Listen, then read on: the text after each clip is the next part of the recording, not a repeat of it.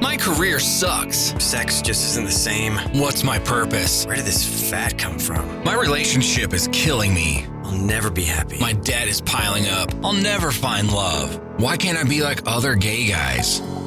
Hey guys, it's time to get a grip, stop whining, make a bold move, and do something amazing with your 40-plus gay life. Let's get to the show with your Tell It Like It Is host, Rick Clemons, who does his best to never act like a dick or a diva unless you act like one first.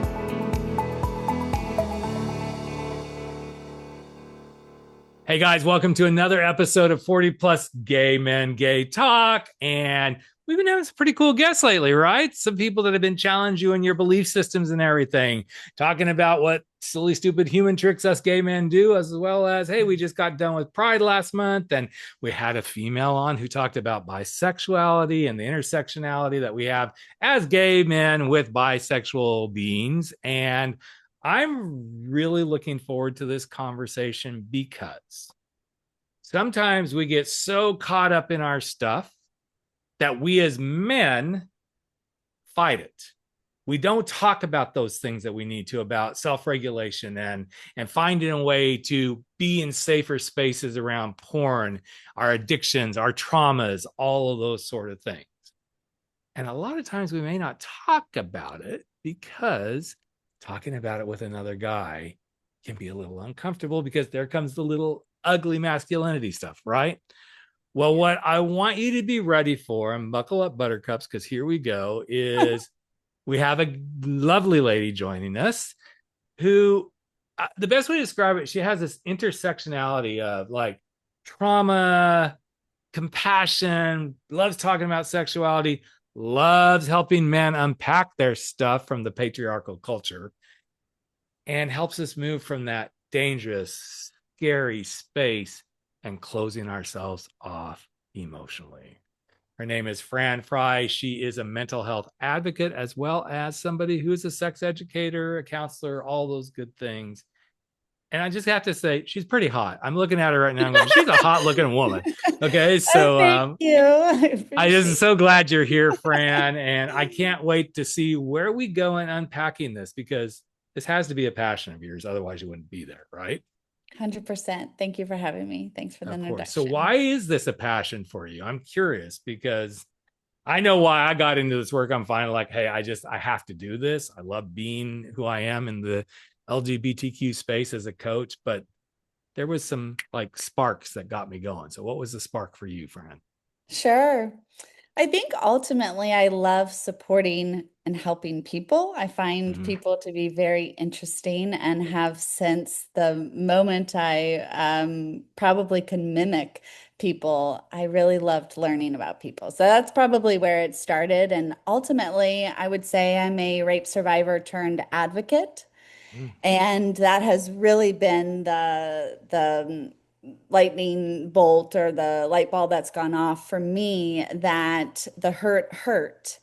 And I feel that it's my responsibility to advocate on behalf of those that hurt, because I too have known what it's felt like to not be heard, to not be listened to. And it feels very relatable to me. So I have served in a lot of nonprofit spaces as a volunteer. I started in kind of food scarcity and did domestic violence, suicide prevention, and then I landed in anti-human trafficking at the Tampa International Airport. And then I was really like, oh yeah, we've got some men struggling, and not in the worst of ways always, of course. So then I became a rape crisis hotline operator. I was a rape advocate, victims advocate at the hospital, and really just felt my calling in this space. And I love sex. I think I'm also a death doula, a hospice volunteer. So sex and death, anything that's awkward or hard to talk about, like count me in. So yeah, that's sort of how I got into this work. I find it fascinating. Lots of yummy, juicy stuff there. And thanks for giving me the space. And I love that, the death doula, that caught my ear. I mean, all of it caught my ear, but it's funny. My husband and I were watching The Pit the other night. We're slow to watching The Pit. So I'm just going to admit that, guys. And there was an episode with a death doula on there, and I have a really good friend who is a birth doula, and Oh, wow. she's been a birth doula for some very well-known people. And Cool. I found it really interesting to hear that terminology come up, because much of what we're talking about here and going to hopefully talk about here today is about navigation our emotional well-being and not putting the normal labels on things. Like, porn is cool, porn can be great, porn can be something that, hey, it isn't like the manual to how we do this. And I always love it 100%. when we experiment with other people in our relationship, and the guy comes in and you can just tell all they've been doing is watching porn. They just like, we did this, we did this. And it's so Sure. interesting. So Performance, maybe performance focus, oh, like that's the vibe you're getting. Yeah. very much so. And I think for many of us, and I'm going to step out of the realm of just gay men for right now and men in general, but I think all of us have been given this blueprint of live life and perform this way, and then everybody will love you. Versus, what if I did this and I got pure pleasure from it? What if I did this and this was in good intention of how can I bring somebody else into an experience and do something differently, which is so contrary to men being men. Like, no, we're going to do it this way and this is how we do it. And then 100%. suddenly it kind of just evolves into every bit of who we are as men. So I'm curious. I'm going to start with one of the things that popped out when I was like doing my research about you.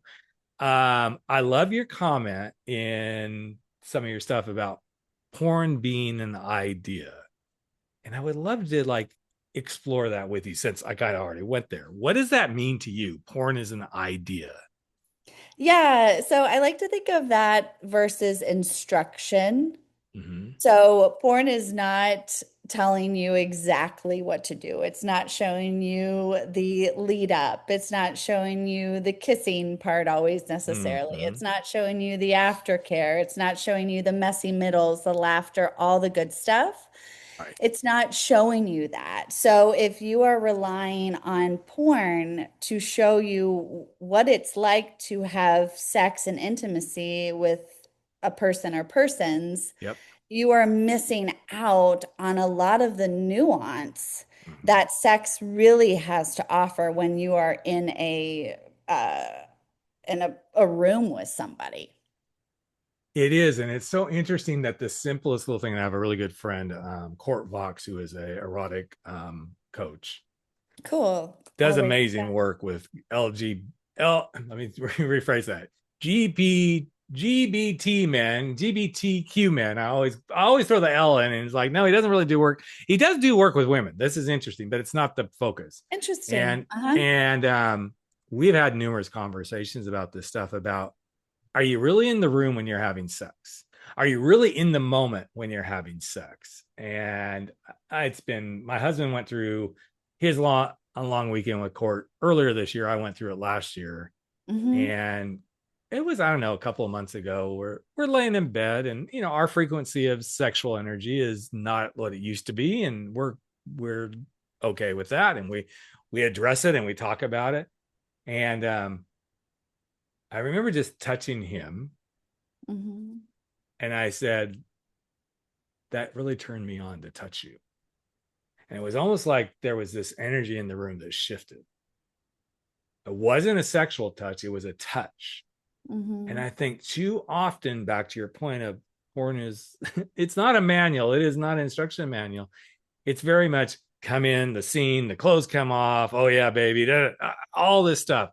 I love that you have taken it away from, oh, what can porn add?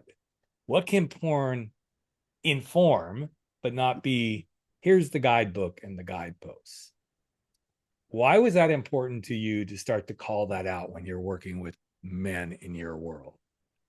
Yeah, well, I think if you suggest to somebody, don't think of a purple elephant, Mm-hmm. all they're going to do is think of a purple elephant, right? I believe porn is here to stay. I think there is beauty in it when men have access to porn. Rape, violence, sexual violence is down.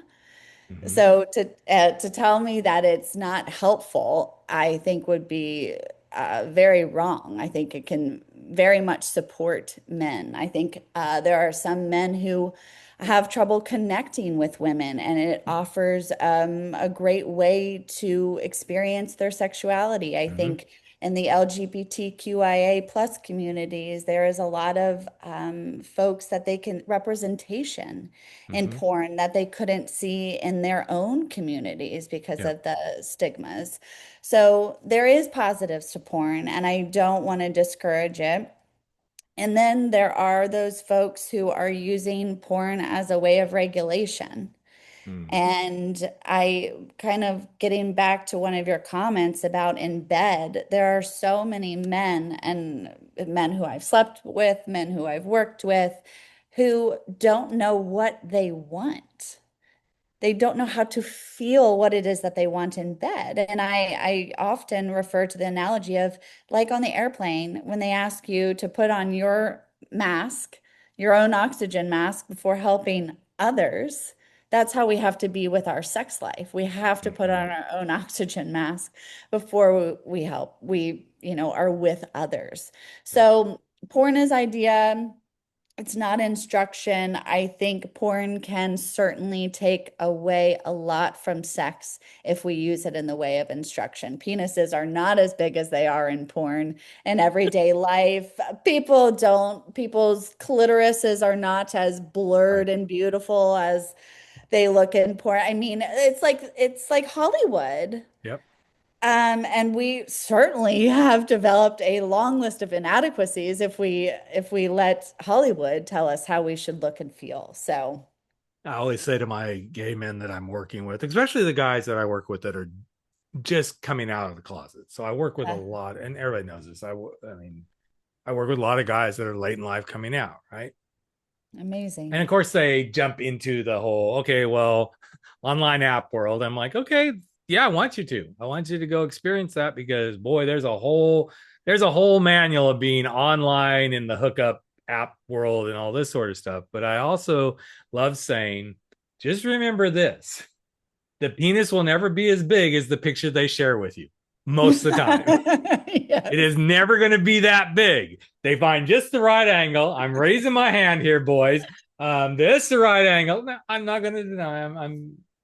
I'm decent. I'm not a disappointment. Most people are like, oh wow, I guess that was not huge, but I'm also like, just know. And I even say to the guy, I'm going to send you this picture, but it is kind of what you see, but don't be disappointed when you walk in because it's not going to be the length that you're looking for. Okay. Many guys have said, I am so glad you're that honest. I'm like, well, that kind of tells you what you're going to experience because I'm going to tell you exactly what I want in the bedroom. I'm going to tell you exactly what isn't working, not like, oh, stop, but like, okay. And I want the same. I mean, my husband, man, oh man, his nipples are like his lightning bolt Love that. to a point. Uh-huh. If that's always the starting point, and this is something I think really applies to this whole porn stuff, just Yeah. because every porn starts with this and then suddenly there's this and there's a formula. Okay. They know what works, 100%. right?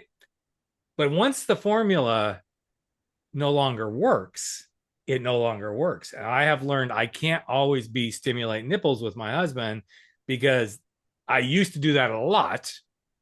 That Sure. isn't necessarily a starting point anymore. In fact, a few years ago, I worked with a producer of Titan Films, and Oh, I mean, he's like, "Oh yeah, every day I'm in the studio. We need this angle, we need this," and I'm like, "Wow!" I said, "That's got to be kind of hot." He's like, "Not really." He goes, "That's why I have to use Viagra." He goes, "I've been so inundated and in it so sure. much that there's times," and he was getting older too. But so part of what we're talking about here, Fran, is really, in my mind, cultivating some of that true intimacy and emotional literacy of how we talk about all of these things. Absolutely. Where do you find many men, since this is the gay men's podcast, Yes. many men struggle with that emotional, intimate literacy that most gets them in trouble? Where do they struggle? Yeah, like what is that like? What I mean, I know an easy answer is they just don't know how to talk about it. They Yeah, don't know yeah, how yeah, to yeah. communicate. But I Right. think there's actually more to it than just that. I think that's a good starting point. But where are you seeing some other places they struggle? Yeah, well, I think we are not afforded or given the knowledge to talk about sex. So Mm-hmm. I think even learning general communication of sex and our bodies and talking about it openly and without shame and without religiosity and without all these biopsychosocial reasons why we can't show up in our own bodies in an emotional, safe way. I think it would be really nice if we were given the vocabulary. And, I haven't always done this work, so I myself have been really working on healing my own shame and sexuality and all of this. And I have found that being able to communicate not just my needs and my wants, but also what I would like to get from this, Mm-hmm. understanding why I'm here. Is this just for performance? This just to be regulated? Am I just Right. pounding one out? Right. So yeah, I think there is so much. And then diversity of emotions. I think a lot of in my work, cisgendered heterosexual men, they're often fine, angry, or stressed. Like Mm-hmm. those are the three emotions. And it's like expanding how it is that you feel, I think is really, really important. And you can feel deep emotions in Mm-hmm. sex. So being able to understand emotions, there's a tool, an emotion map that you can Google, and it's a list of emotions, the five, I think, main emotions, and then expands outward. But that kind of helps you sense what am I feeling? I have a lot of fellas that use that in my work, and they'll journal next to feeling sad that day and why they're feeling it, where in the body they're feeling it. And I think Mm-hmm. being in the body is really helpful too in sex. And men are never taught that skill. What does that mean to be in the body? I mean, I know my version of it. I think you just said something that's actually very key critical. A lot of guys think, okay, what do you mean? I'm in my body. I don't think most of them really get that concept. So let's kind of go explore that just a little bit more. Sure, thanks. And I like the segue too. Somatic, I'm a somatic sex practitioner. Soma means of the body. Mhm. I am just so body based. I feel so deeply in my body, and I have not always had that ability. Mhm. And what really has helped me along this journey was understanding. So when you are walking on a trail, let's Yep. say, and you see ahead something in the trail and it looks like a snake. When you look at it, your body reacts. It gets tingly. It does whatever it does when it's scared. And then your brain's like, "Oh, wait, that's not a snake. That's a stick." And then your nervous system discharges, it regulates, it calms down. And so, because our culture hates when we feel, Right. they discourage you from realizing that we are constantly feeling in our bodies all the time before our brain is coherent of what is Mhm. happening. Mhm. So we are taught to just push it down. So what I like to do is yes, no. I think a lot of men struggle with saying no. Yes, men, Yep. a yes man is a real thing.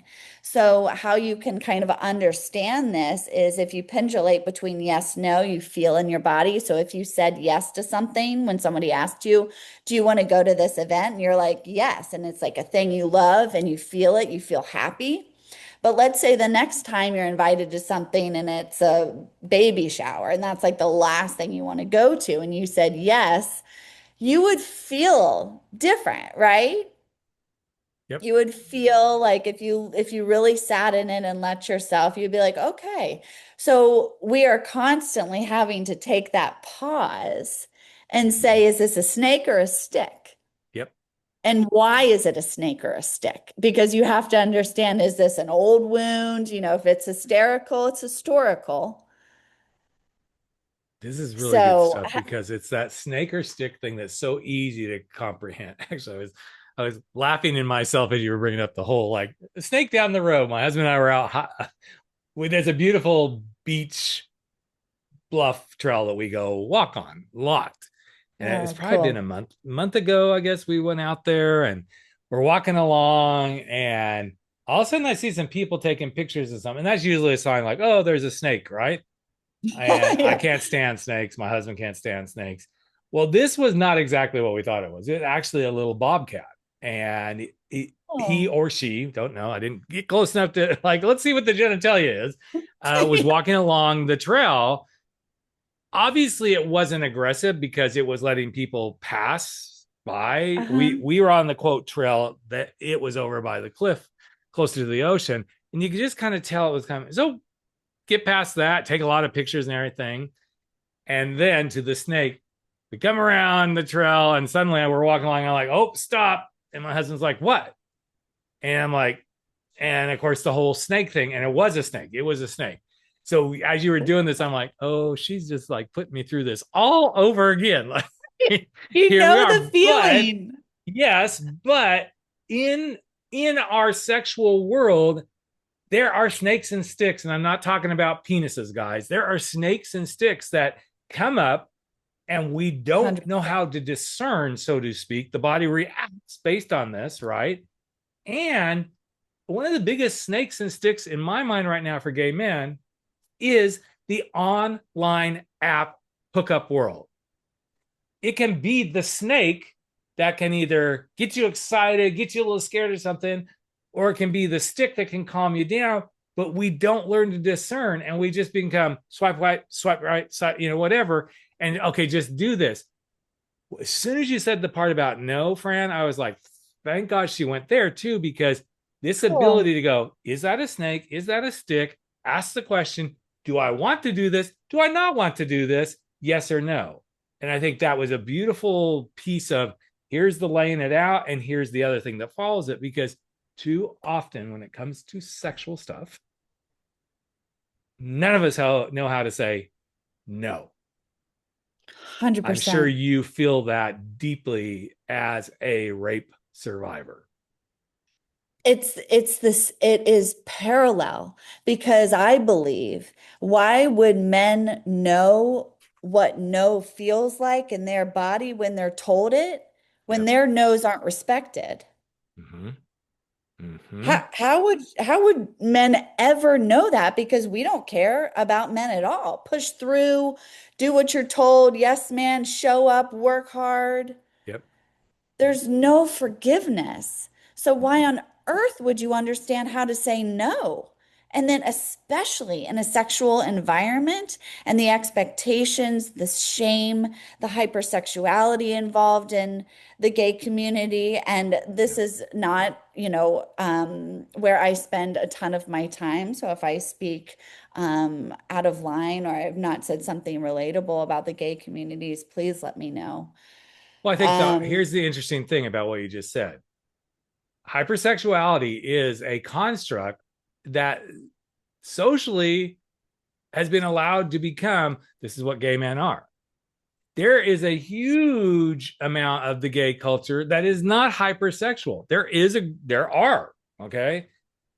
And Yes. I often find the interesting piece of that whole thing is, guess what, folks? There's hypersexuality in the heterosexual world too. It is just not being talked about, because as soon as you enter into the heterosexual polyamorous lifestyle or the swingers lifestyle, society loves to raise their little eyebrow and tilt their head to that as well. But because this is what, quote, gay men got known for because of the way society looks at stuff, it's an interesting dynamic to watch. And then we as men take this on, heterosexual or homosexual. If you're a guy who loves to just hook up, bang out girls, there's something that's like, that's just what men do. That's just what men do. And there's, honestly, friend, there's nothing more that pisses me off when a heterosexual woman actually says, well, that's just what men do. I'm like, you know what? You just opened the door to give them full permission to just do that. And this is why rape and some of these things happen, because Sure. they don't get told no. They don't get told that, oh, no, that's not a good way to be in the world. 100%. And then we wonder why they don't know how to regulate their systems. 100%. It's all in that, all about regulation. And if, like, on the dating apps that you were talking about, it's like it's asking yourself, am I swiping these ways because I want to get regulated? I believe that our nervous system, we have fight, flight, freeze, fawn, and FUCK. I don't know if I'm allowed to say that word. Yeah, you can. Oh, yeah. Fuck Uh, it. Yeah. Just say it. We have, and I believe that's an arousal, a way to manage hyper arousal in our bodies. And so if we are having sex to regulate ourselves, that is not helpful. If it's urgent, if it feels Yeah, let's just get needy. off. Let's just go. Let's hurry and get it done. Right. Yeah, so if you're using apps in that sense, then I absolutely believe you're using fuck as a nervous system arousal management tool, and it's possibly not supporting you in feeling great about No, yourself. I can speak to that firsthand myself. I mean, when I was married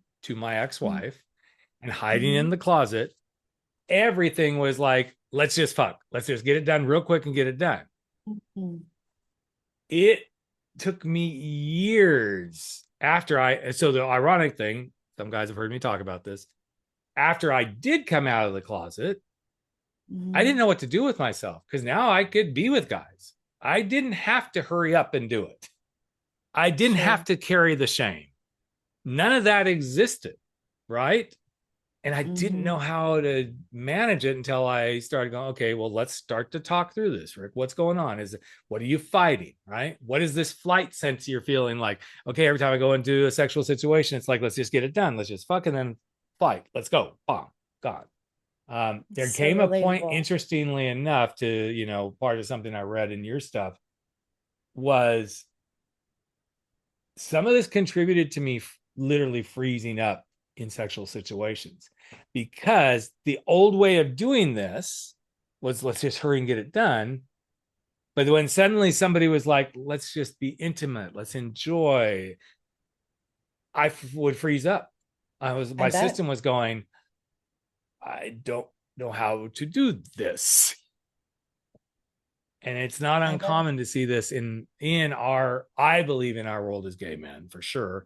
Not saying the heterosexual male world isn't the same, but you brought up some really beautiful stuff, which then leads to why I think so many guys struggle with erectile dysfunction. Sure. As you work with guys in that arena, because I'm sure that comes up a lot in your work too, Totally.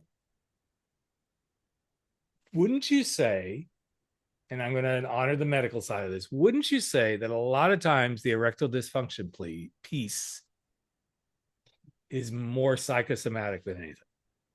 Sure, definitely can be. And even to that point, I like to call erectile dysfunction erectile difficulties, or a naughty penis, or a misbehaving penis, Mm-hmm. because you are not a dildo. A man is not a dildo. So you cannot be expected to have a raging hard on Right. all the time. That's not how my vagina, vulva, none of that Right. works like Right. that. So to assume that is asinine.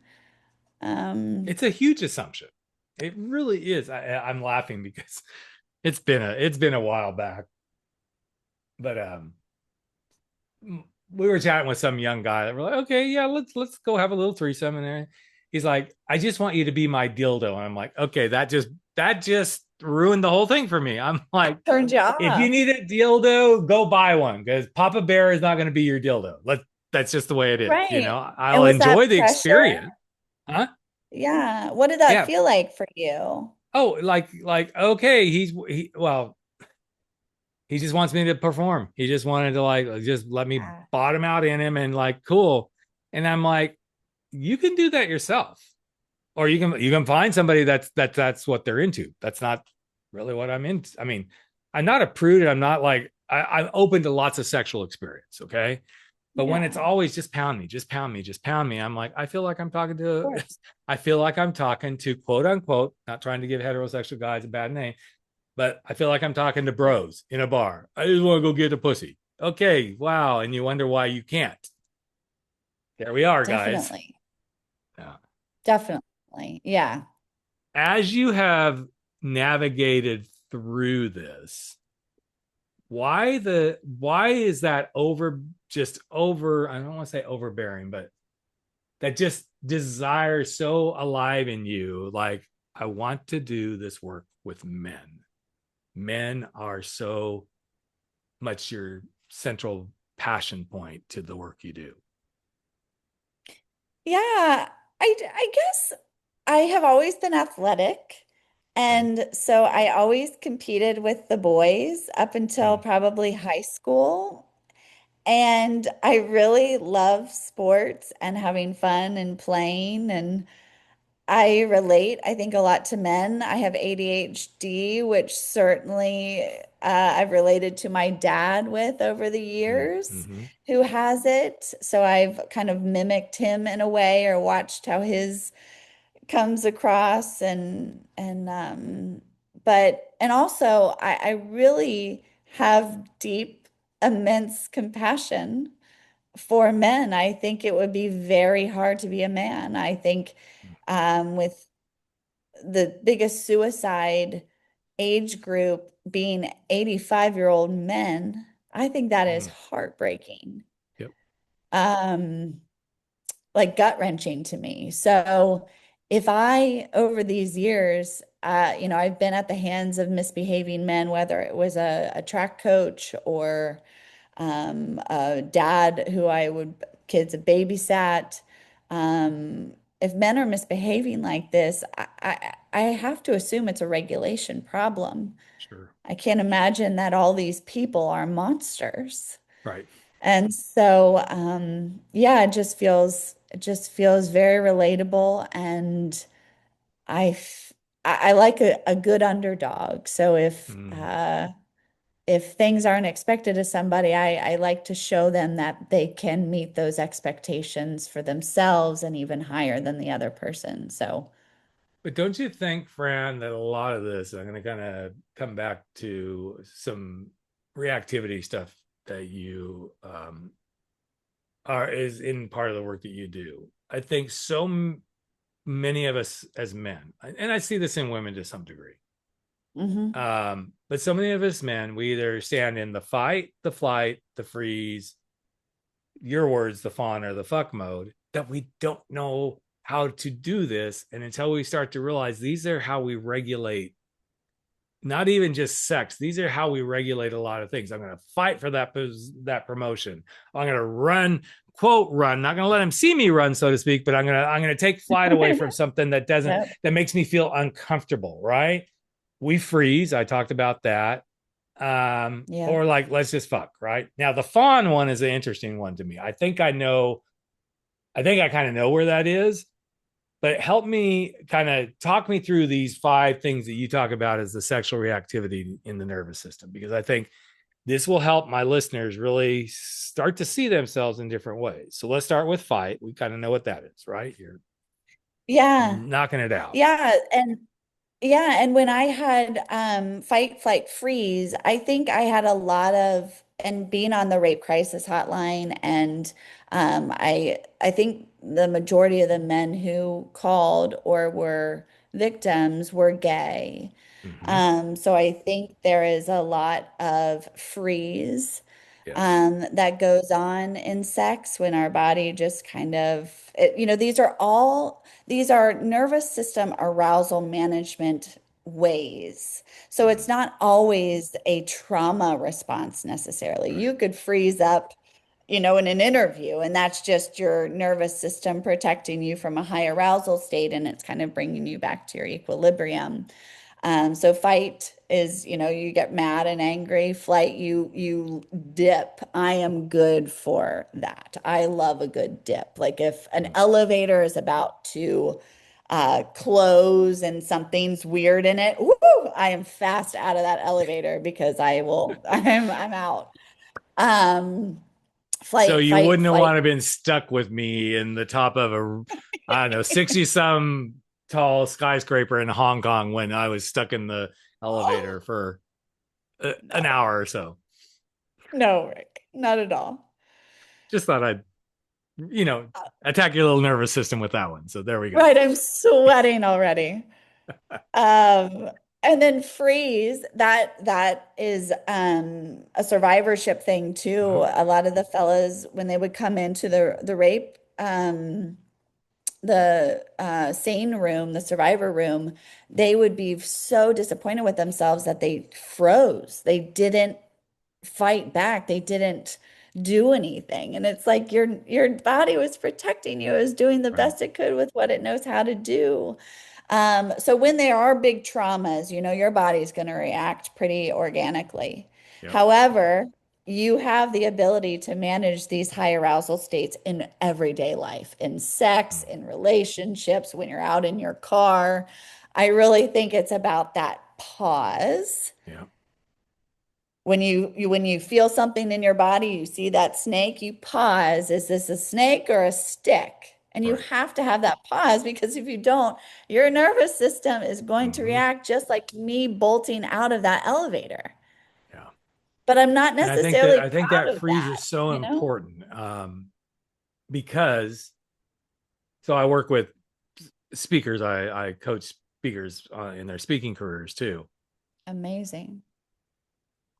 The power, I'm going to switch it from freeze to the pause, but the power of the pause Yeah. is so vital because sometimes when that pause happens, and I purposely just did it there, it's so that you can kind of catch up with your thoughts and the audience can catch up with what you just said.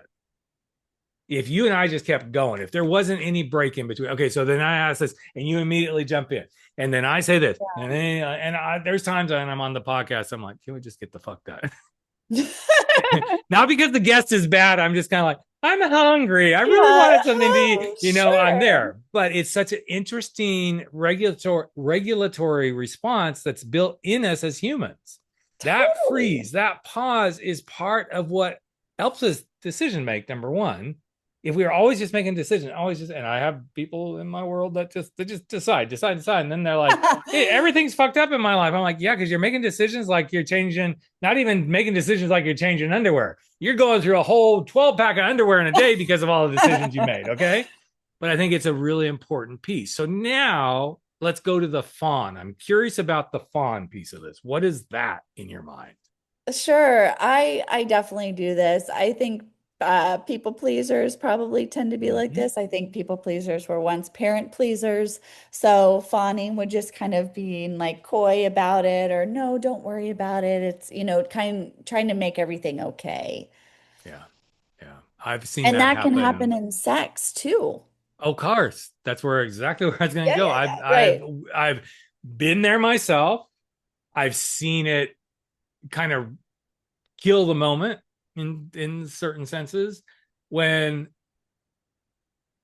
I'll use myself as the example. I kind of check out. I'm like, okay, this is happening, but it's not really working for me, but I'm going to pretend it is. And so the fawning Right. shows up. Oh, I'm going to, yeah, yeah. Oh, yeah, that really feels good. It's not feeling good whatsoever. It's not getting me off. I also regulate that. Like, okay, but is it about me getting off? What I found that really enhances a really good sexual communication and experience is when you can say, you know what? I realize I'm actually not in the mood to get off, but I'm really in the mood to get you off. I love Which that. you Yeah. have to be very careful that you're actually speaking your truth in that moment. Because if you're Totally. not, somebody else is going to read right through that. Now, here's the hardest part, Fran. You probably have experienced this. The person receiving that message has to be capable of receiving that message too, without 100%. them going into their little head and going, oh, I'm no good at this. I suck. They're not into me. I'm not doing what they want. And that's why I always I want you to hear me. That's kind of how I try to lead with that. I just want you to hear what I'm about to share with you. I'm not really feeling this and it has to do with me right now, I'm totally turned on by what you're doing and what I'm seeing you get excited about and all this. But I need you to know I'm probably not going to get off. So I want to help you experience what you want. Now, obviously, if that's not what they're wanting to experience, then there could be a complete like we stop. But what I've learned, and so we're kind of back to the freeze thing, is if that moment brings the like, okay, we're at this pause, it can actually be the reset. Maybe certain things start to happen I love differently. that reframe. Mm-hmm. But it's also interesting because whether it's fight, flight, freeze, or fawn, it has a whole lot to do with how you fuck. Because each one brings its own little character, right? 100%. I like that. I love that. Yeah. What do you find in many men? I'm not going to say most men. Yeah. Yep. Many men is their default way of being in sex: fight, flight, freeze, fawn, or fuck. Gosh. There's two really prevalent ones in the gay community. Yeah. I would say fuck Hmm? and and fight. Interesting. Interesting. See, well, yeah, I could see that, but I find in the gay community it's fuck and it's fawn. Oh, okay. I'm just gonna do this to please you. I'm just gonna do this to please Yeah, you. 100%. I was hoping it landed with you there. It did. And fight is interesting because I can see that to some, what I see is a lot of gay men fighting their desires with the desire. So it's kind of an interesting blend of fawn and fight. Uh-huh. Freeze, of course that happens. Of course it happens. I see flight a lot. Oh yeah, let's hook up, and then the hookup never shows up. Yeah, yeah, yeah. Or okay, actually the more interesting one, and I know this exists in the hetero world because I've had girlfriends tell me, I've had guy friends tell me, like, yeah, we it's so funny. One of my straight buddies said the other day, and he's a man whore. I'm just gonna call it out. I'm not gonna say his name. Of course, he'll probably listen to this and go, you were talking about me, weren't you? Yeah. And I love you, buddy. I love you so much. He's like, yeah, this chickie showed up when we fucked and she just got done and walked out. I'm like, wow. What does it feel like to have this shoe on Yeah, the yeah, other yeah, foot? Boy, yeah. he got pissed. He got pissed at me. I'm like, this is how you talk about half your hookups, man. Like, yeah, it was really good. I banged it out with her, gave her a little kiss, and I had to get gone. I'm like, this is where so much happens in the bedroom. We're gonna call it the bedroom. I don't care. You could be Yeah, fucking on yeah, the yeah. kitchen counter or whatever. But it's so interesting to see how these little nervous system reactions dictate the whole experience. So as 100%. we so as we start to wrap this up, I'm really curious for you. What would you most like to have the audience have heard about Mm, your experience, what you bring to the table, how you might could help some of these guys? Because I'm going to be honest, some guys are going to actually be more comfortable doing some of this with a woman. They sure. may not think they are, but they are. It's so funny. I've had more women, not so much lesbians, but more straight women want to do work with me because they're like, you're a gay Cool. guy. I feel safe. I don't feel intimidated. 100%. Da, da, da. What would you like the guys to feel that you could really bring to the table for somebody who's listening? Yeah, thank you for that question. And something I want to backtrack on very quickly is I think that's so important in the gay community as you were talking about fawning, is to note the difference between consent and compliance. Mm. Are you consenting to the sex that you want, or are you complying? I think that would be Mm-hmm. a very interesting, like when you're swiping and you get to the house and you get to sex, are you consenting to the sex that you want? Or are you complying? I think Mm-hmm. that could be something supportive. Absolutely. I love that came up. That's a really Yeah, good place. nugget. As far as what I can offer, I think I really do a nice job with helping people understand shame related to their sexuality, whether that's religiosity, growing up in a culture that didn't accept your sexual identity,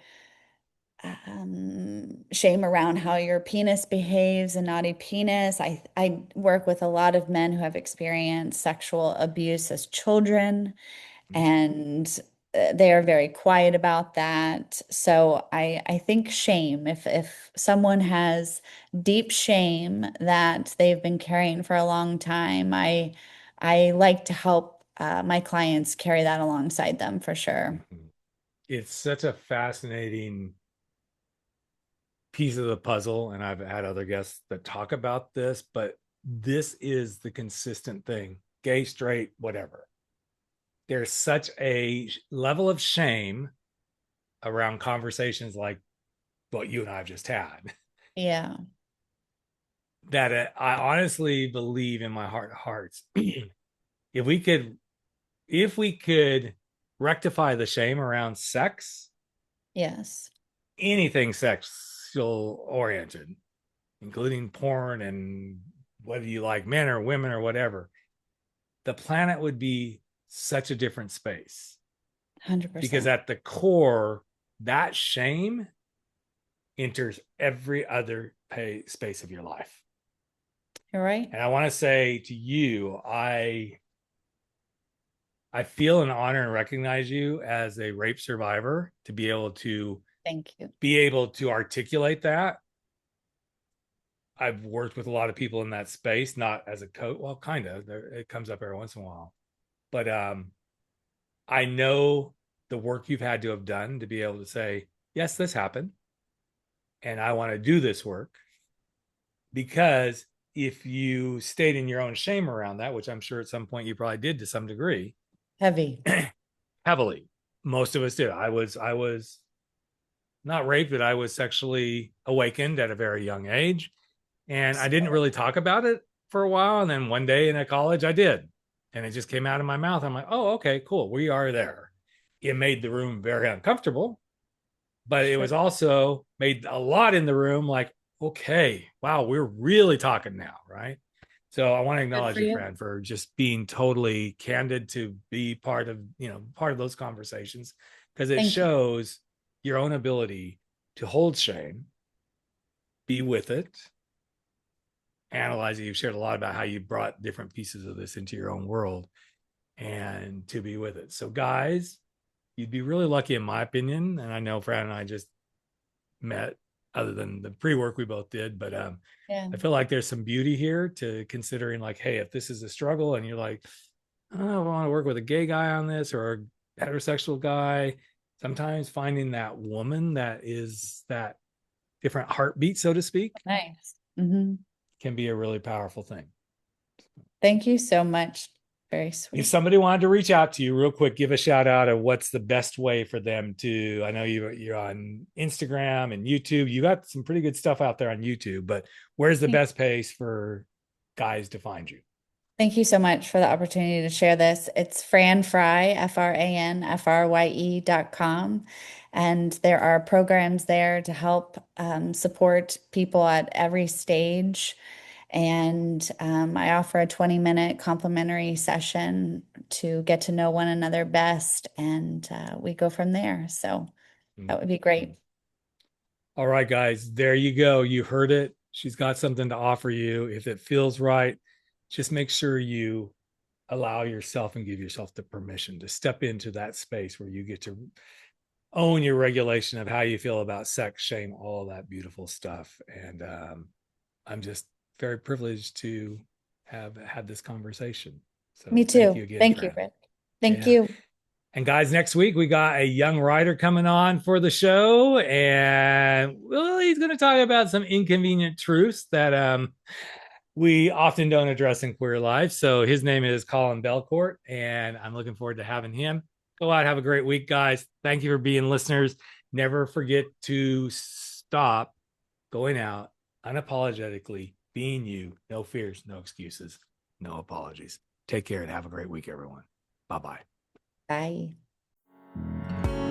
That's a wrap for 40 Plus. Gay men, gay talk, where size doesn't matter. We drop our bullshit, get over our screwed up fears, make bold moves, and live life without apologies. Don't forget to join us on Facebook at 40 Plus Gay Men, Gay Talk, where the conversations continue.